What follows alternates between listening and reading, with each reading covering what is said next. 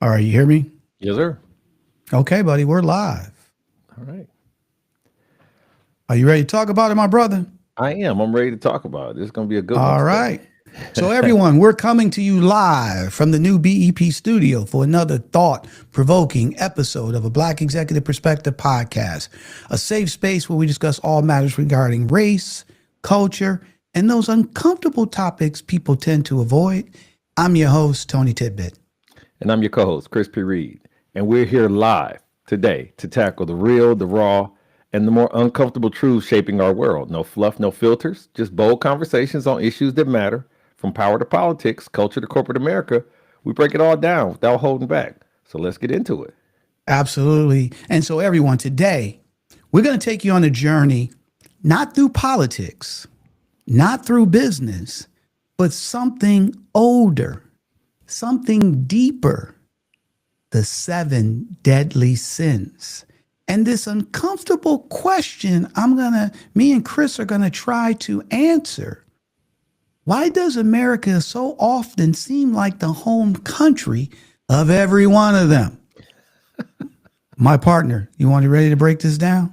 Absolutely. So let me start by giving a historical context. And this is not a historical podcast per se or a religious podcast. This is based on the reputations that America has gained globally. And it was originally 8 deadly sins in the 4th century. You know, as a historian, I have to do my historian's respect. A Christian monk came up with these 8 deadly sins, and gluttony, fornication, avarice, distress, and anger. And so they eventually condensed it all, and they combined sadness and distress to sloth. But the reality of it is there's 7 deadly sins. Let me just go through them so you guys know kind of where we're headed with this. The first one is lust, and then gluttony, greed, obviously sloth, wrath, envy, and pride. And then, that's it. That's the 7 deadly sins. And so we're going to see how these align to our identification as a country or us as personalities within the country. And let me start with one of the most sensational ones, which is lust, because obviously sex sells. And we as a capitalist society believe that we have rights and freedoms to exercise these sometimes obsessions at our discretion. How have things changed since you was coming up as it relates to even modern TV, Tony? I mean, stuff that my grandma used to cover our eyes. I don't know if you grew up in that type of holiday, something to come on and 2 people be kissing. Remember, they couldn't sleep in the same bed on the Flintstones. Buddy, so there you go, right? If you remember I Love Lucy, okay? Ricky and Lucy didn't sleep in the same bed. Okay. And then everybody wondered where little Ricky came from. Okay. But at the end of the day, they didn't show adults in the same bed. Right. And look, before we get into this, let's just be clear here. Chris and I, we ain't saints. Okay. Right. We're not here judging people and brimstone and fire and stuff. Right. We wanted to just talk about how our country is now going so far from its original roots. And look, everybody's a sinner and we all do stuff. So let's be fair, right? I mean, so again, but now it's not just in your house. It's on TV. All right. Well, you can't watch TV with your kids. There's not a show. Just being fair now, and just be fair with us. Be objective. Yep. What can you watch outside of the Disney Channel, and even that sliding a little bit? That when I was a kid, we would sit down and and I know TV has changed, but we would sit as a family, watch Happy Days, Laverne and Shirley, Good Times, and did they have some sexual innuendo in them? Yeah, but it was more just high level. Right. But it was something my mother didn't have to close my eyes or, blah, blah, blah. Today, there's not a commercial. I mean, there's even a show called Naked and Afraid. Correct. All right. I mean, think about it. The music, there's not a song. All right. That's not being played that, people using sexual profanity on the record. I mean, and look, do I listen? Yeah, I listen. But at the end of the day, I don't want to listen to that with my daughters in the car. Right. Okay. It's just gone we're just out there. Right. And so These are the things that you deal with. Now you go, oh, y'all old, you ain't with it. No, I'm not.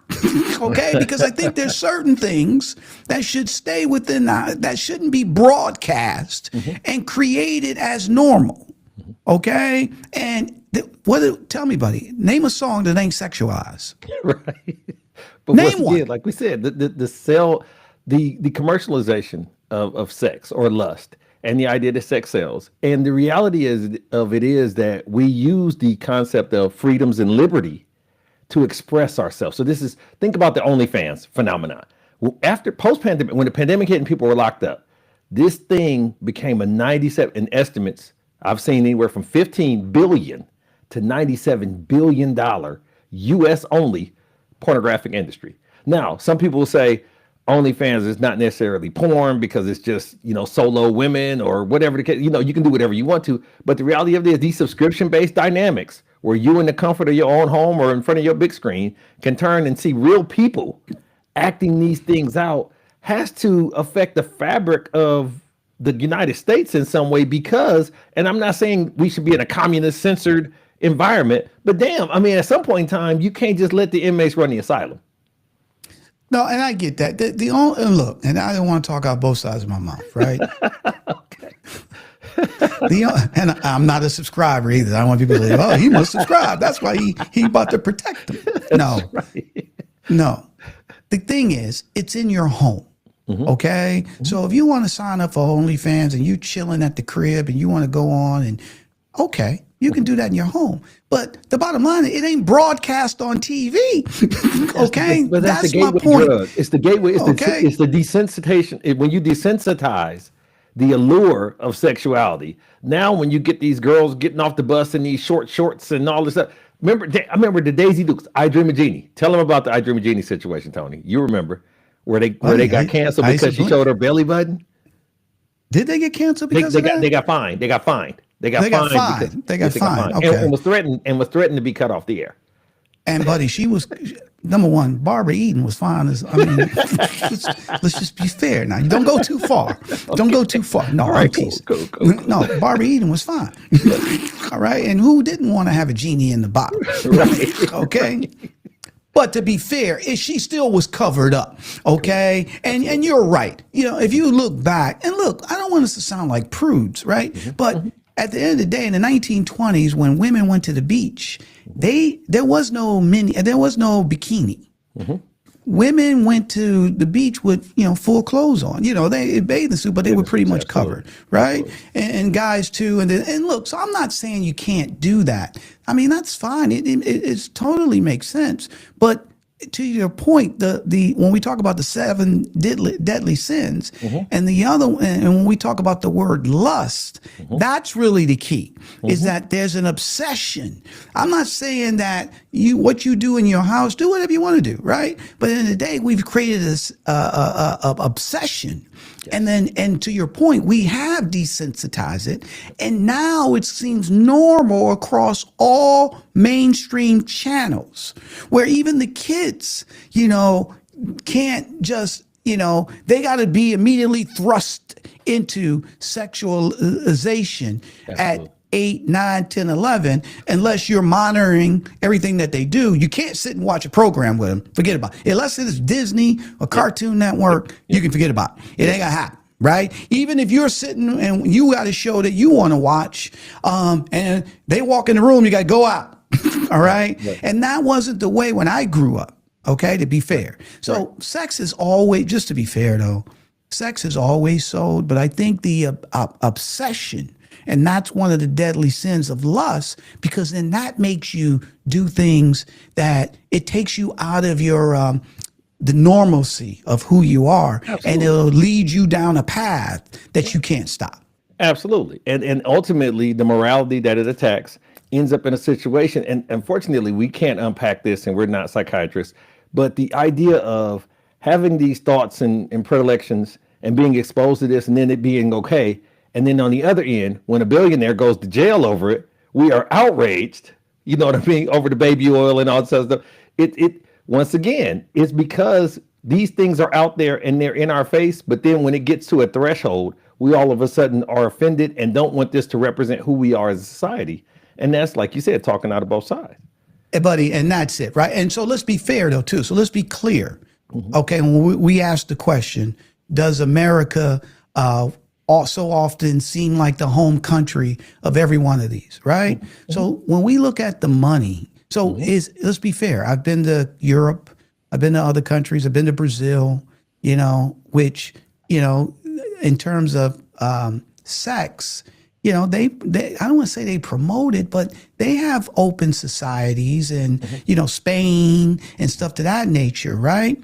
And they, so people, their kids learn more about their bodies younger. We become a little bit like taboo where so then all of a sudden becomes taboo. Now people's like, I got to see it and I got to do it. Where when you grow up and it's not taboo and it's just life, this is part of your body, it's what men and women do. It's art. It's just regular thing. Then it's an art. It doesn't become an obsession, right? Here it's an obsession where we're making money off of it and we lead the world. Well, I think I got a point here, right?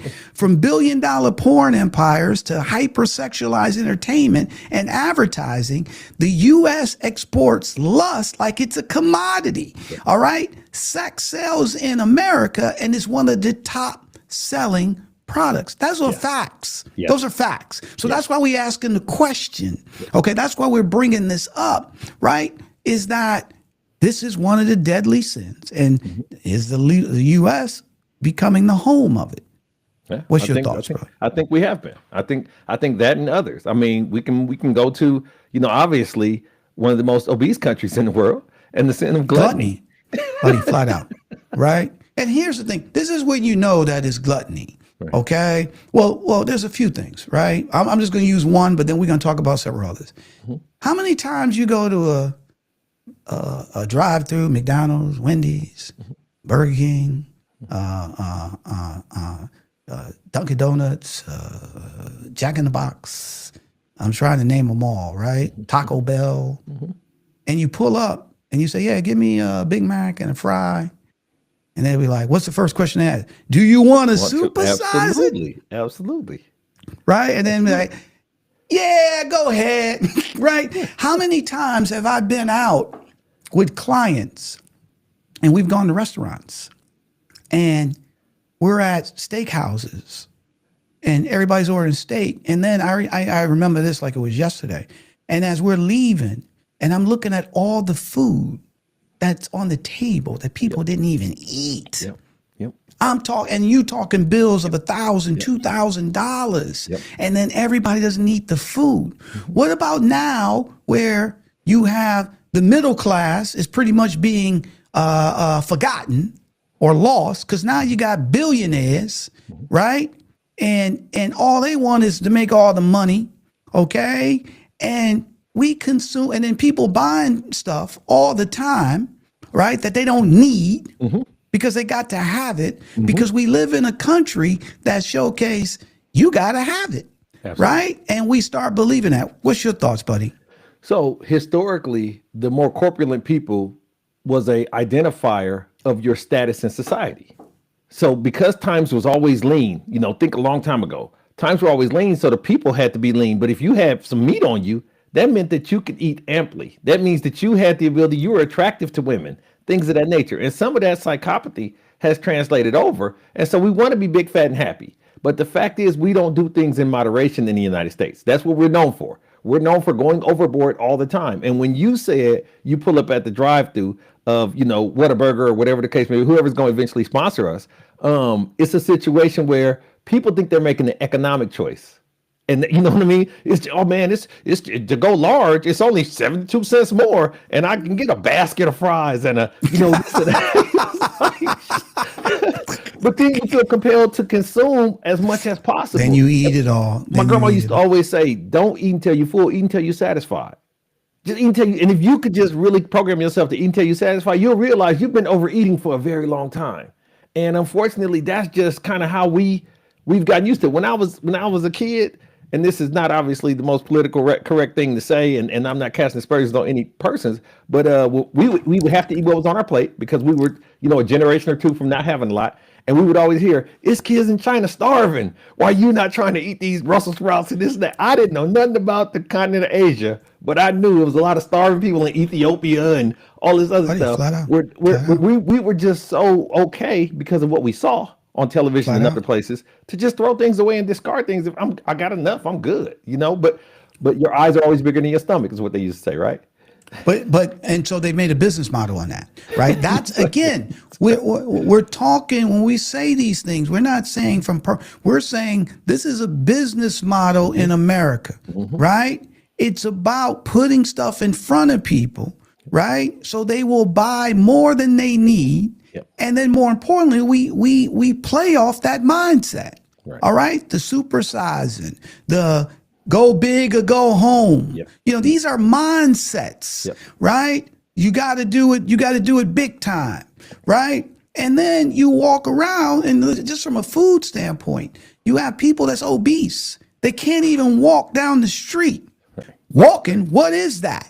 Right? People dying of heart disease. Okay. Which I think is I could be wrong. I remember I was talking to my doctor a few weeks ago. I think it's the #1 killer. Okay. Here in the United States, heart disease, right? It ain't cancer. Okay. Which most people think it's heart disease. Right. And so at the end of the day, it reminds me when I was a kid, my mother, this was when we were living in Detroit, she bought us a rabbit.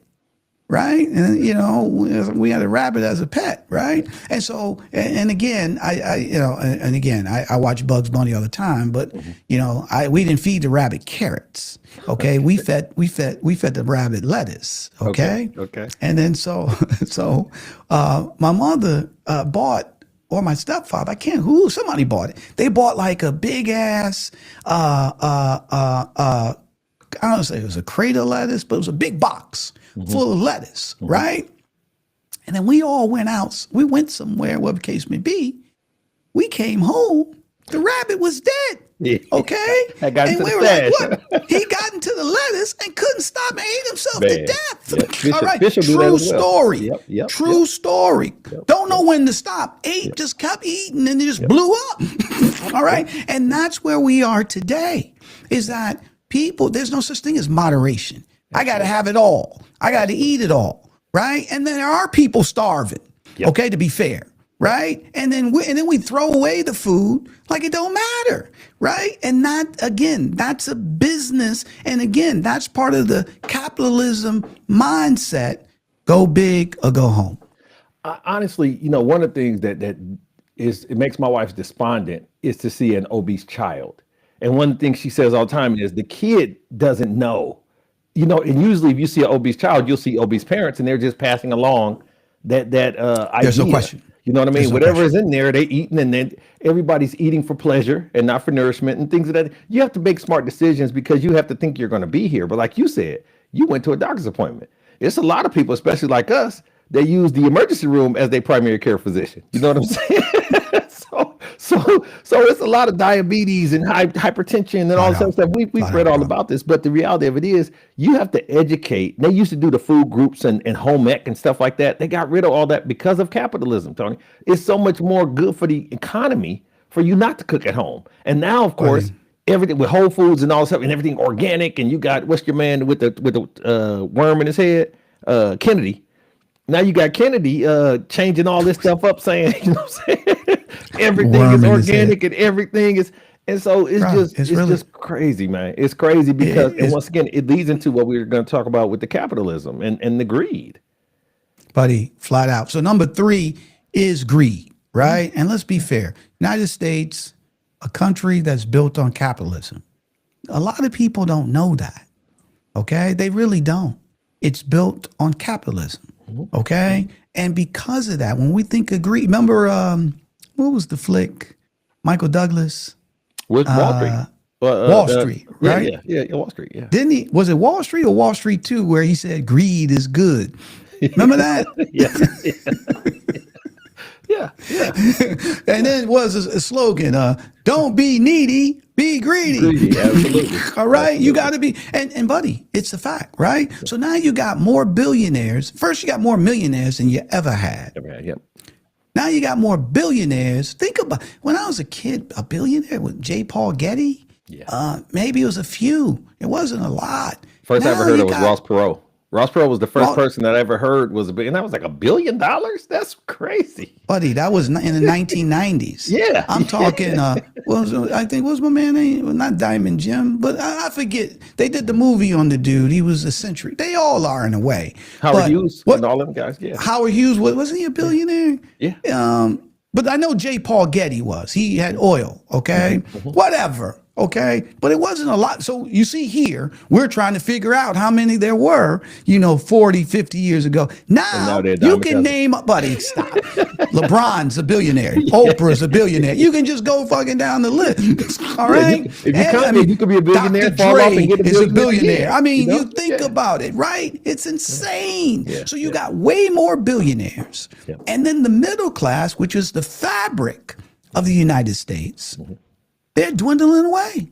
All right. So it's becoming the haves and the have-nots. Absolutely. Okay. And at the end of the day, anybody trying to tell you this is good, they're lying to you because it is about greed. It is about me. You always used to say this, and it's so true. Right. And this goes for everybody, regardless you're a billionaire, you're poor. It's just how we were born. There's three people that each person on this planet thinks about 24/7. And those three people are me, myself, and I. Okay? That's a fact. That's just who that doesn't make us bad. It's just it's about protecting ourselves. It's about so blah, blah, blah, right? But now that's on steroids. It's not about I can make enough money to take care of my family. I can save some money, create a little generational wealth to pass on to the next generation of my family. It's now I got to have everything. Yep. I got to own everything. I don't want nobody else to get anything. All right. I want to own it all. Right. And then not just from a financial standpoint, now they're instituting laws that allows, again, the 7 deadly sins. Number 3, greed. Yep. That allows people to get greedy and just take it to a next level where everybody else who's not on that platform, that's not at that level, they're being left behind and is being talked about as being okay. I think that the problem is that we're misconstruing the absolute definition of capitalism or socialism. These are just concepts, but people abuse them in such a way. Just like I was saying, my grandma said the difference between being full and being satisfied. You can be satisfied financially, but what happens is, and I had a person at our old job that was a millionaire. And his thing was, and I understand the concept in this, so don't castigate me for this. How did a billionaire get to a billionaire if he was happy being a millionaire? It just doesn't happen. But they get this insatiable drive. Like you got $5 million. And then $5 million should be fine. I remember people used to win the lottery and it was supposed to be life-changing. And now people are like, $1 million ain't shit. That ain't nothing. But think about it. There has to be a threshold, though. There has to be a threshold, Tony. If you and your lovely family came into $25 million, why are you thinking? I'm good. Me and my business partner had this conversation one time. And I was telling him, the issue with you is you're insatiable, because if we happen to come into $5 million, the first thing you're thinking of is, how do we make 5 million more?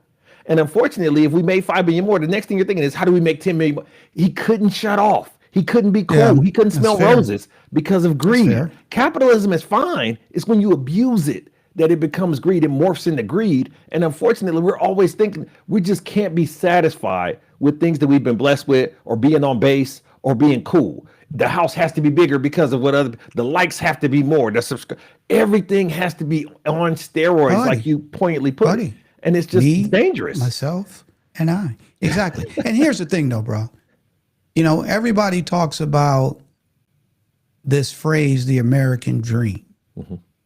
Right? And I remember when I was in the Netherlands, and I remember when I worked for this European company, and I was running the U.S. operations, and then my boss, who was one of the founders of the organization, him and his family moved to New York, and so it was Thanksgiving time, and I didn't feel like I felt like it would have been great to invite them over for Thanksgiving, because, everybody, Thanksgiving is a great holiday. It's about being thankful, all those type things. So I invited them over to our house, right?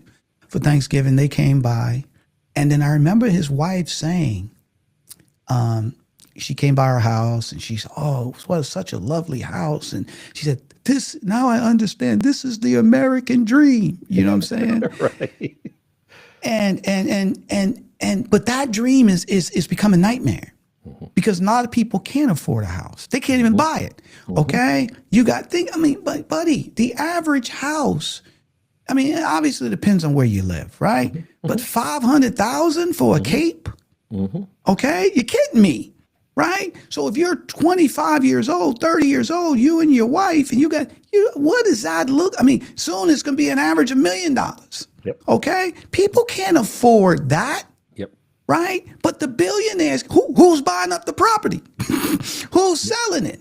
Yep. Right. Who are the ones that get us in trouble when we have recessions? It ain't middle class. Right. It ain't the poor. It's the billionaires. Because to your point, they try to get greedy. Don't try. They are greedy. If you look at every recession, don't take our word for it. Look it up.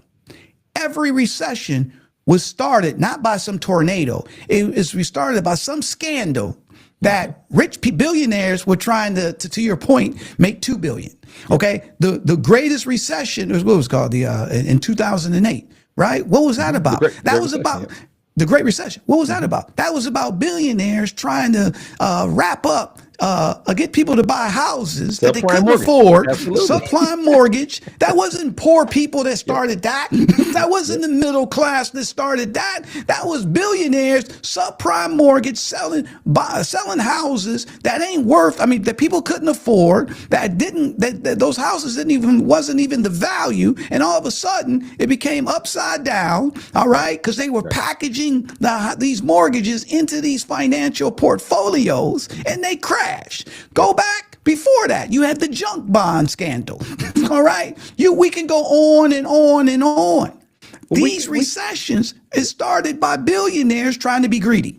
But we can go to Common last week. Most of the people that's being pardoned is fraud and tax people. That's you know what I'm saying, Ponzi and damn. This is wait a minute, hold on. Wait a minute, stop for a second. Stop. A dude, him and his wife. Yes, Lord. They fraud $30 million. Stop. $30 million. Million. Okay, that's not buddy. A big if you write a check for $2,000 and it bounces, that's your ass. Yep. You going to jail. Okay, and you won't get 10 years. But I remember this. I'm not going to say the name of the company. Okay. I worked at a company, and they hired a controller, right? And for people, that's a financial dude, and he was recommended by the CFO. So CFO said, this is my boy. The CEO said, let's hire him. This dude used to talk about, I'm not going to say his name. He used to talk about, how he had a house over here, how he did this and that, the whole 9 yards, right? Mm-hmm. And then I remember he called me out on something one day. I forget what it was. It was one of our clients' invoices, something, whatever. He was like, we got to get that money, blah, blah, blah. I said, all right, buddy, don't worry. I'm working with the agency to get it, right? And then the CEO called me in the office, and my man used to talk about everything. He would tell me, he would pull me in his office, the controller, and start telling secrets about the company, right? I thought he was just saying it to me, but he was telling everybody, right? And so the CEO called me in the office and said, man, Tony, man, what's his name, blah, blah, blah. And I didn't lie. I said, yep, dude's been saying this, that, right? Check this out. All of a sudden, they got rid of him. Mm-hmm. Okay? They fired him. Mm-hmm. Hired this other dude. He came in. Next thing you know, this dude was robbing the company. He was creating fake employees, okay? Or when somebody quit, he kept them on the rolls, and they still was paying them, and it went right into his bank. Yeah. And so I think he stole was it $1 million? Was it something to that level, right? And he was trying to make a break for it. He was tight with one of the accounts payable ladies, and they were, this is back when everybody was used, not Slack, back in the day when it was I forget what it was, whatever it was, and they were like, say this to him. He was trying to see if they was on to him, right? They were, right? He was making a plan to leave the country, and then the FBI nabbed him, okay? And he got. And federal, this was federal. He got 5 to 10 years, okay, for like stealing, embezzling like $1 million, $1.5 million, okay. And I think they stole 30 million. Yeah. And then act like they didn't do nothing. Well, we were persecuted. What are you talking about? Yep.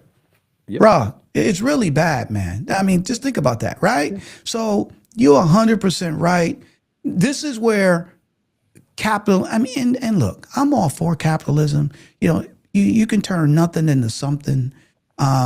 You have the ability to build any type of business, whole 9 yards. But the greed, part of the 7 deadly sins of greed, is really an American situation. Absolutely. But I think also, and it leads to our 4th deadly sin, is the idea of something for nothing or hitting a lick. People don't want to get it off the sweat of their brow and off a good day's work. They want to get it off your back. They want to eat off your plate. And people are just lazy inherently, and they want to do it the easiest way. Now, I don't want to go so far as to say AI is the new definition of technical sloth.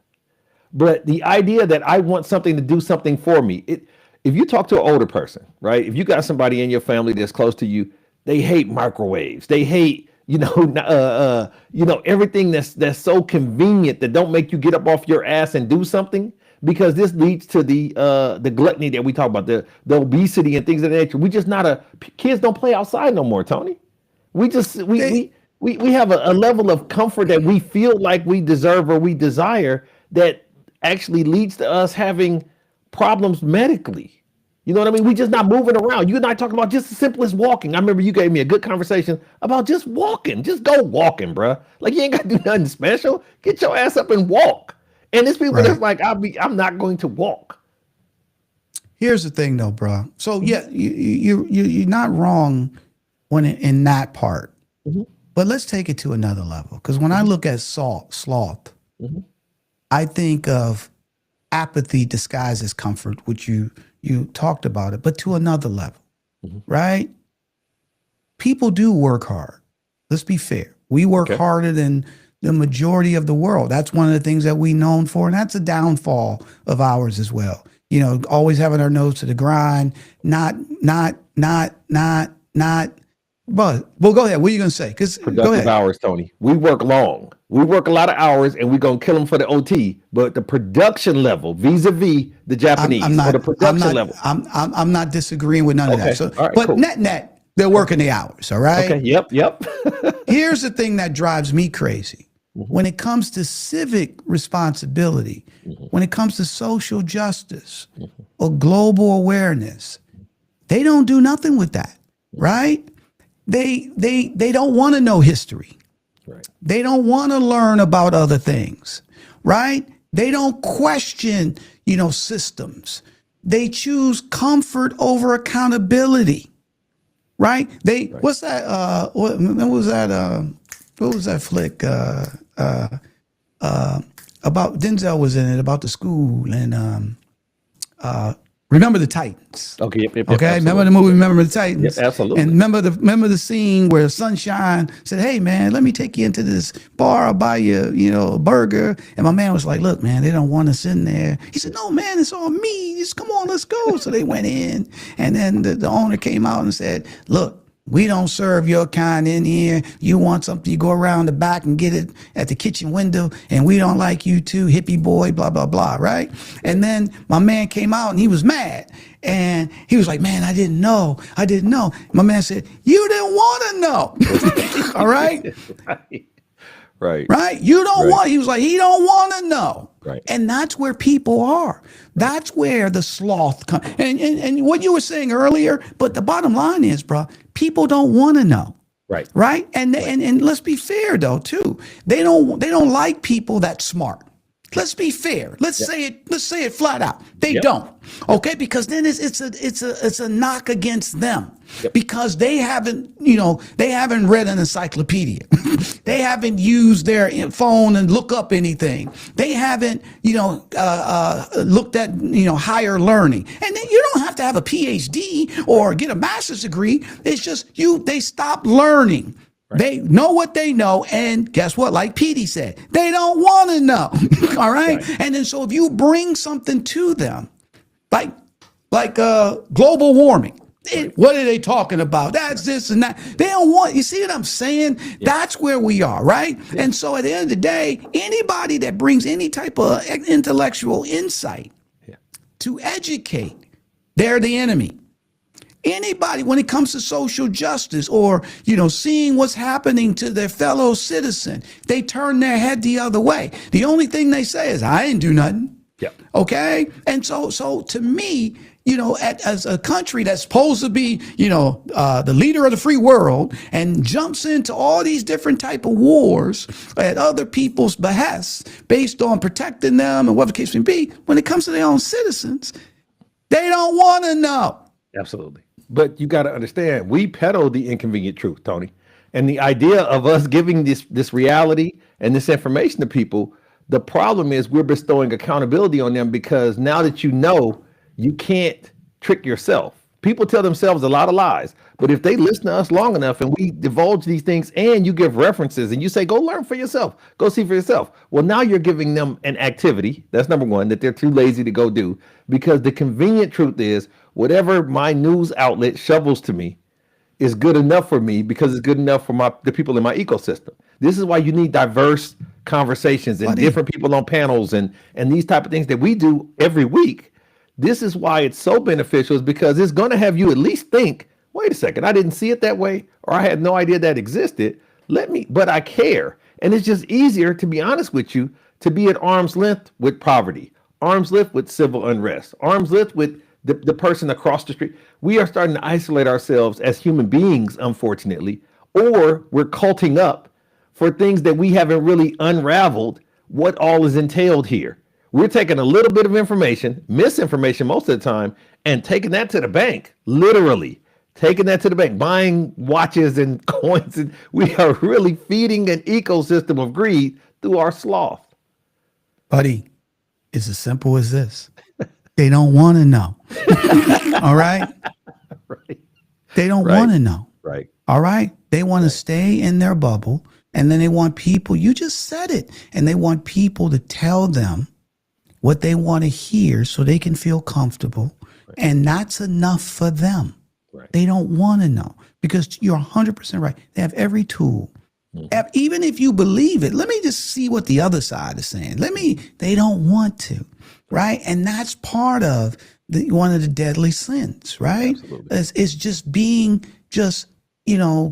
not growing, being comfortable, and not only having facts and stuff all in your face, and you don't want to take it to the next level because you don't care about nobody but you. And that's real. And that's real. And, and let's go to number 5, right? Wrath, right? Speak about that, my brother. The idea of taking limited information, things that we've talked about, and creating an emotional component, a physical, emotional, psychological component where you feel so empowered, so entitled to expose or impose your rage and your violence and your vitriol on other people based off limited information. Once again, you were too lazy to do all the work. But then once you felt somebody offended you, or you felt somebody was infringing on what you believed to be your job or your neighborhood or your the way in which you want your kids to be at school or whatever the case may be, because teachers talk about this all the time, where people aren't being rational in their presentation of the reality. People are so caught up in, I've been told that I'm special, or I see things this way, and if somebody doesn't see it the way in which I see it, I choose to meet that with violence or meet that with angry words. We've seen recently on the internet where the lady cussed out the 5-year-old, was using racial epitaphs, and you haven't seen Oh, this? yeah, I saw that. She got to go fund me. Yeah. Yeah, So yeah. that's rage. It wasn't. We think of rage as like hawking out and somebody throwing blows, but when you have a vitriol response to somebody challenging your way of thinking or your presentation of yourself, that's you exposing your rage, your deficiency. And unfortunately, we've made it okay. Like I said, she made $1 million spazzing out on the 5-year-old. But buddy, so yeah, I mean, but this is part of America's DNA. Okay, from slavery to police brutality to hate crimes, mass shootings, it's dressed up as protection Yeah. or tradition. Yeah. We just trying to, we want to keep our way of life. That's right. Okay. But when anger becomes, as you just got finished saying, institutionalized, it becomes a weapon. So now we can use these things to keep somebody in their place. Now we can use the law, or we can do something to somebody and then go on, create a GoFundMe to get people who thinks that what I did was great, right? And then they're going to give me money to hire a lawyer. Think about, I mean, bro, where is the values? All that's gone. Yep. It's us versus them. And if you don't look like somebody, then you are them. Okay. And then look, let's be fair. It's not everybody, right? But there's a segment of our population that it is that way. And at the end of the day, that's all they care about. All right. And it's really, and here's the thing. We've talked about this before. And why are we bringing up the 7 deadly sins? Why are we having the conversation on this? I can tell you from my point of view why. And again, I know people don't read, they don't look at history. Right. So if you don't want to check it, I'll just take my word for it. Okay. There has not been a superpower country, not one, that got overthrown by an enemy. All of those superpower countries destroyed from within. Yep. That is a fact. That is a fact. And where we're moving now, the United States of America will be destroyed, not by Russia, not by Iran, not by North Korea, by its own citizens. It happened to the Romans. All you can do is look at history. Okay? And this is the trajectory that we're on. And the majority of people don't know. It's the lack of discourse in the idea that if somebody offends me and I'm a politician, the first thing I say is they need to be jailed and whipped. And it's like, damn, you went from 0 to, I mean, it couldn't be we need to talk and iron out our differences and learn something from each other. It's rage. It's here's the thing though. It's such a negative thing. To your point though, 20 years ago, you could have those conversations. Okay. So it's not like it was like this forever, right? But to the point that you just brought up, just over the last 10 years, man, it's gone. And I don't want to, I'm just trying to, and I could be wrong, but a lot of this, in terms of this us versus them, was when Obama became president. Okay? When the United States had a black man as president, it opened up a wound that people couldn't deal with. And then it started before when it was blue state, red state. Think about it. Used to be the United States of America. Correct. Then all of a sudden they start talking about blue state, red state. Okay. And to be fair, that was before Obama, but this is where we start dividing ourselves. Right. And then now all of a sudden it's us versus them versus we are Americans. Yes, we have disagreements. Yes, we see things differently, but we can have conversation and learn from one another. And you may have some excellent points that I agree with. You may have some points that I disagree with. I may have some points that you disagree with. I may have some excellent points you agree with. Let's have a conversation and chat about it versus they're the enemy. And Chris is a liberal. And if you say anything, you're getting painted as he's a liberal. Okay. If somebody, let's be fair too. If somebody is a Republican and they say anything, then they're the devil. All right. And it never used to be that way. right? That now they're trying to paint broad brushes and say, put you in a box, okay? And then now demonize you. And then to your point, what happened the other day where the dude in Denver, threw those Molotov cocktails, Yep. right, on the Jewish people when they were just out, coming together, right? And now they're Zionists, they're this, they're that. I mean, this is where we are. But the problem is we allow for the proliferation of this thought process by calling it Black fatigue or Jewish fatigue. I'm just tired of them crying about things. And so therefore I act out violently or I act out inappropriately because it's putting so much pressure on me as a white American, or it's putting pressure on me and so these terms that I hadn't heard up until 5 months ago, Black fatigue.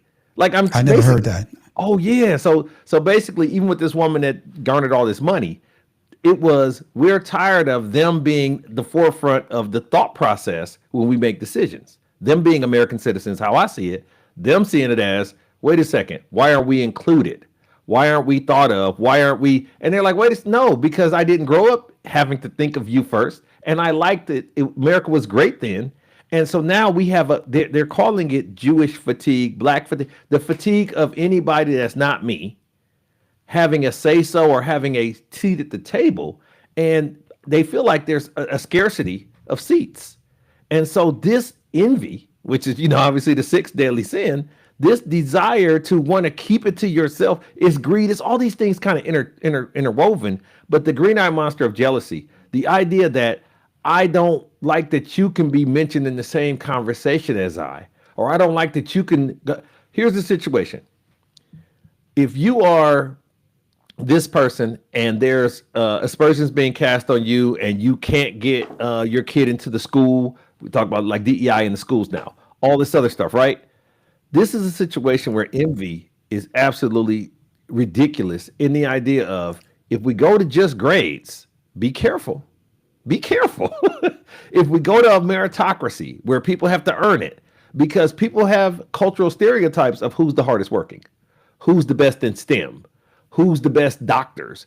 And you're not in those conversations from a stereotypical perspective. So when you say you want to make it an even playing field and also you're not being honest with yourselves, you are jealous that you had grown up seeing these positions with these type faces, and now it's become more diverse.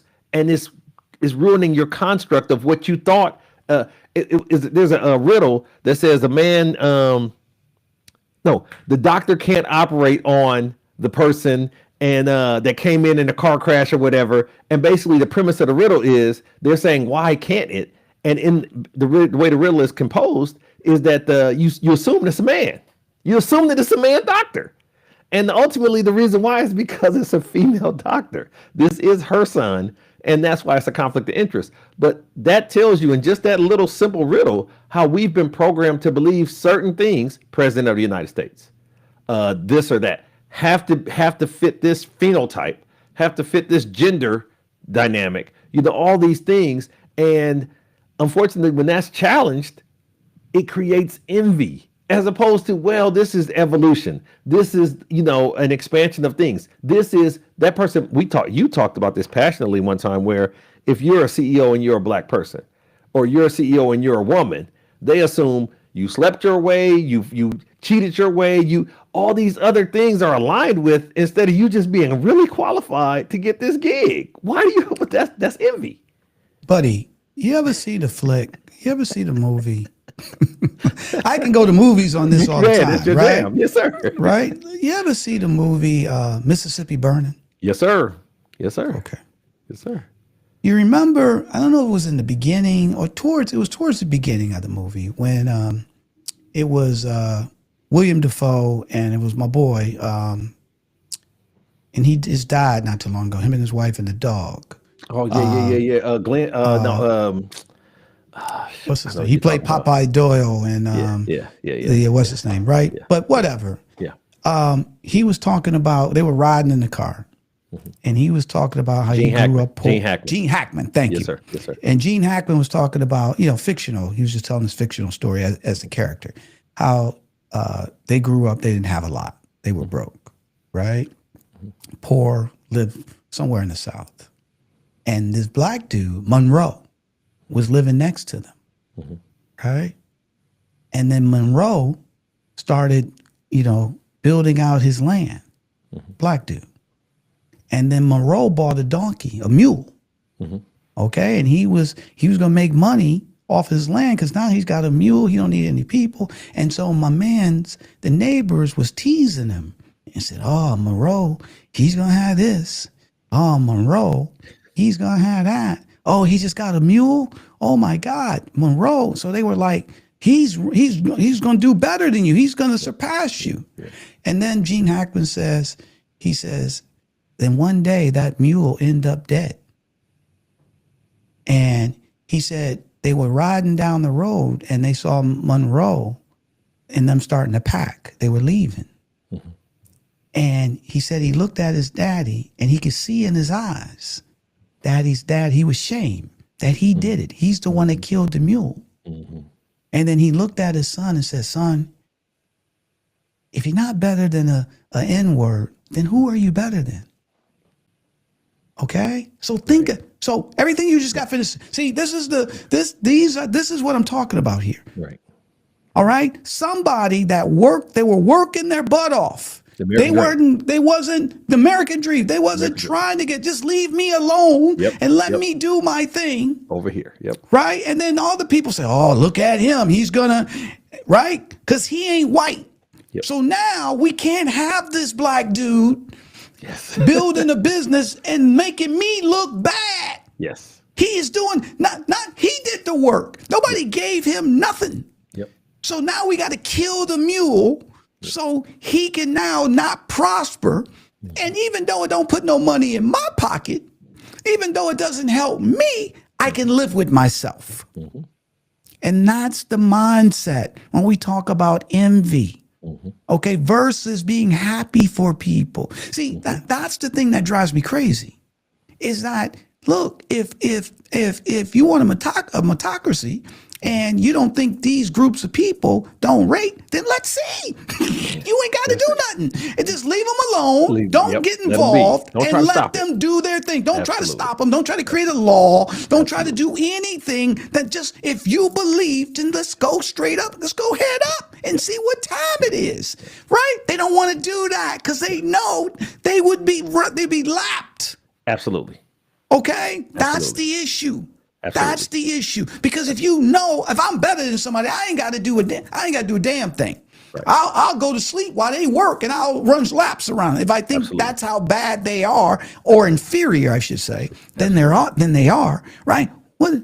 We can just do that, but they won't. So they'll come up with anything to try to make sure they'll poison the mule to make sure that you don't have any, even though you bought the mule, even though you did all the work. Yep.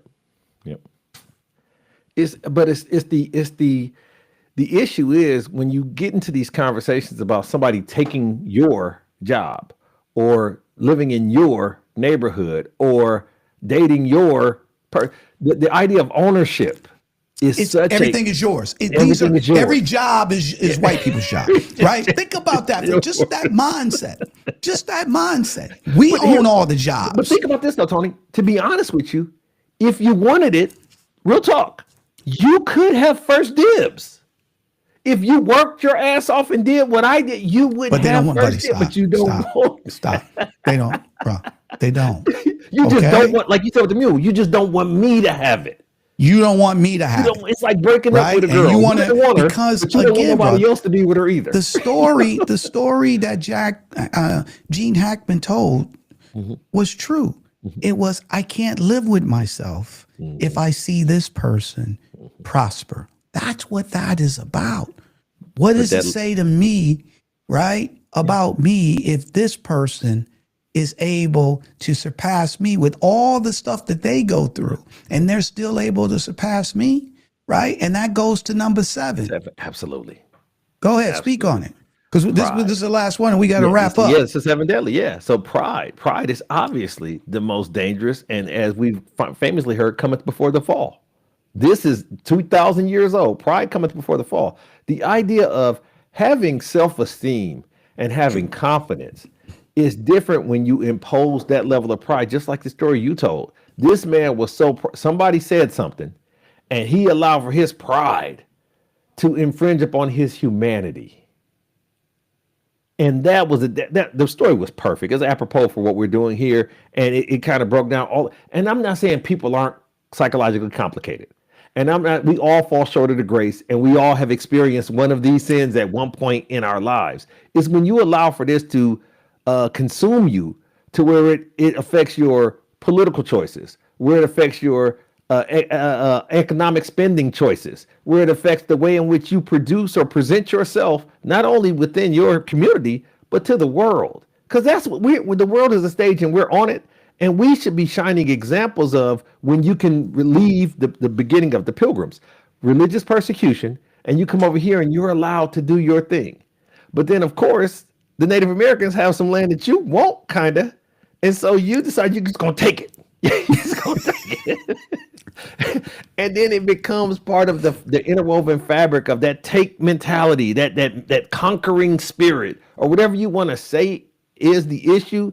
It diminishes your connection with the world, and it infringes upon your humanity.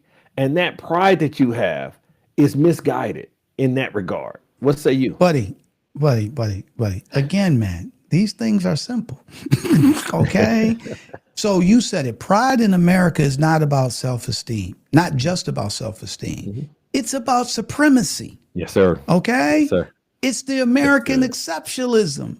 We're better than everybody else. I mean, you grew up, our country is the best country. Absolutely. You don't know, blah, blah, blah. And most people ain't even been out of county line. Absolutely. All right? They never been out the state. They never been out the city. Yep.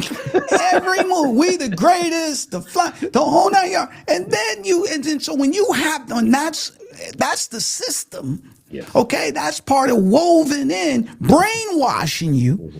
And look, should you have pride for your country? Absolutely. Okay. You know, people in Israel are proud of it. People in Europe or the UK or in Ireland, Mexico, everybody should have pride in their country. There's nothing wrong with it. But when you feel that you're the best and everybody else is subservient than you, okay, without the effort, no matter what, right? Yep. And so when you have that belief, you're above reproach. Mm-hmm. Okay, you're the golden city on the hill. Mm-hmm. Okay, mm-hmm. That nobody can touch, right? And so, but what's the negativity of that? It turns into nationalism and it turns into ignorance. Yep. All right, and the inability to admit that there's work that, guess what? There are countries that's better than us in this. Yep. There are people that better than us in this. It's okay. It's not the end of the world, right? But it's a me thing. We're this, right? And everybody else is I remember my man, real quick. I don't know if you ever, his name was Cherry. He had a big church in Maryland. Mm-mm. Okay. I forget his name, John Cherry, I think, whatever. And actually, President Clinton went to his church and then had him at the State of the Union, right? So I went to his church a couple times when I was visiting Baltimore. And then I used to listen. He used to have some tapes that I would listen to on his sermons and stuff like that. I learned a lot. I mean, my man, he was very smart. He dove into the Bible, dove into history, net. But the reason I'm bringing it up reminds me of this. So he was talking about, how with the Bible, okay, is that people think that black people are a byproduct of, okay? So we're not the product. We're a byproduct of. God made this, and then he made this extra piece over here, right? Yeah. The leftovers, right? And so he was trying to teach people like that ain't real, blah, blah, blah, this and that. But that goes to that nationalism thing, is that, we're the best. We do everything right. We're the smartest. We do this, we do that, and everybody else is garbage. And that's the thing. And you can see now how we're rolling into that deep. in terms of a lot of our policies and stuff like that. Our allies are now our dogs. Yep. Okay. But we're the best and this and that, and we deserve this, and we gonna take Greenland, forget those people. We taking it. We gonna build a casino in Gaza. Don't matter. That's these people's land. We're America. We're gonna put a casino, a flag. We're the best, and we're gonna rule. Take That's Panama. We're gonna take the Panama Canal. We're gonna take Panama Canal. Panama. We're gonna name it something. It ain't the Gulf of Mexico no more. It's the Gulf of America. That's right. Think about that. So this leads right into, this is the most dangerous of them all. Yep. And this is where we start decaying. We have already started decaying, but this is where we start going backwards, brother. Yeah, Final absolutely. thoughts, my brother. So I think that, once again, I can't wait to go back and review the comments and get a different perspective, because we're not infallible. The one thing you hate to have people who feel like they are the end all be all know it all. And we're not prideful enough to think that everything that we said out of our mouth is the gospel and that was it. And we said it and there's nothing else to it. These things are multi-layered. These things are multifaceted. But the basic blocking and tackling of humanity has been telling you since the 4th century that if you exhibit these things, you're on a slippery slope to hell. This is a situation where your sins are being examined and you're going to have to answer to someone at some point in time. A lot of times it's here, and all the time it's in the hereafter. And so the idea of the 7 deadliest of sins, everybody sins. We were born into it. That's fine. But when you start exhibiting these things and you don't check yourself, or you don't have an accountability buddy or somebody that loves you to say, hey, you're overarching on that level of humanity. All these things are part of our humanity. But when you start making it your policy, when you said, make it your law, when you start making it the way in which the country is identified, it becomes problematic, because now you're aligned and embedded with what has classically been known as sin. And there's no question. That's a tough situation. So I would hope that people would just be conscious of that. Just have your conscious mind, open the aperture and say, wait a second, I'm starting to identify or subscribe or embody things that I really don't feel should be aligned with who my grandmother would have wanted me to be, or my mom would have wanted me to be. You got to think of these old, and you talked about harken back to a simpler time, a different time where people were more conscientious and courteous. We are just greedy, selfish, and self-centered and idealistic. It's a lot of things that we just aren't being the best Americans that we could be. And I think there's room for improvement. And I hope that this helps that conversation. Well said, my friend. Well said. So we hope you enjoyed this episode of a Black Executive Perspective podcast, the 7 Deadly Sins. And we wish that you tune in again to our next live recording, probably next week. Yeah. And we love doing it live. We love the feedback. We love the interaction. That's very good. So, but we also want you to tune in and check out Need to Know with Dr. Nasinga Burton. Every week we have Need to Know as a Black Executive Perspective pod, that comes on and gives information that allows for her to dive into timely and crucial topics that shape our community and our world. So we want to make sure you tune in and check that segment out, because it's very deep, very introspective, and provides a lot of good information. So check it out. Absolutely. And don't forget to check out the next Pull Up Speak Up on a Black Executive Perspective podcast. Our roundtable dives into today's most hard-hitting topics. Every voice counts. Every perspective sparks change. It's not just talk. It's a call to action. Don't forget to check out Pull Up Speak Up here on the Black Executive Perspective podcast. Love to Pull Up Speak Up. Love the dynamic of different views and different energies culminating in great conversation, great dialogue. But we also want to make sure that we remember to incorporate LESS. This is our call to action for you guys. Our goal is to eliminate all forms of discrimination, and to achieve this, we're asking you to embrace less, LESS. And the L stands for learn. Educate yourself on racial and cultural nuances. Educate yourself on some of the things we spoke about today. Go look it up. Use whatever platform you have, and always counterbalance those levels of information to make sure that it resonates with what you're trying to accomplish. Absolutely. And after you learn, you have the letter E, which stands for empathy. So we want you to understand diverse perspectives, because when you learn about other racial and cultural nuances, you're able to put yourself in their shoes, which allows you to have empathy.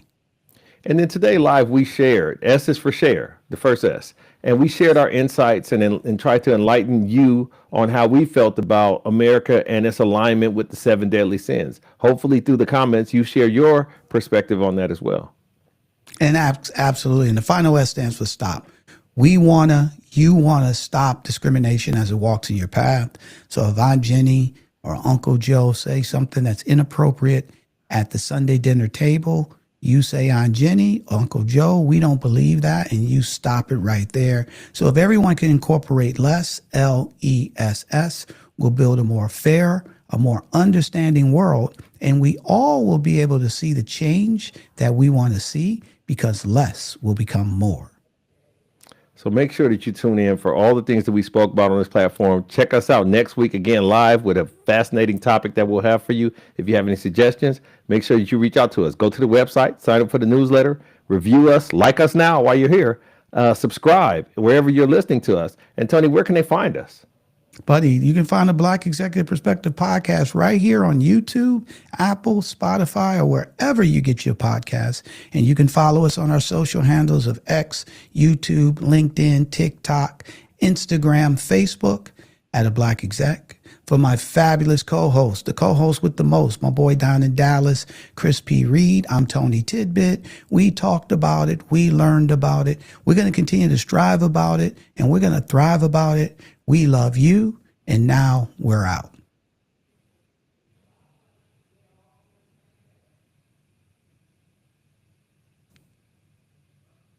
All right, my brother.